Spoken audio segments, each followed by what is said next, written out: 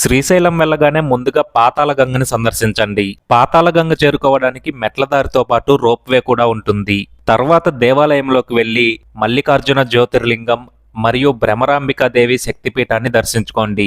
దర్శనమైపోయాక ఒక వెహికల్ మాట్లాడుకొని శ్రీశైలంలో తప్పకుండా దర్శించవలసిన సాక్షి గణపతి ఆలయం, పాలధార మరియు పంచధార, హటకేశ్వర ఆలయం, శ్రీశైల శిఖరం మరియు శ్రీశైలం డ్యామ్ వ్యూ పాయింట్ ని సందర్శించండి.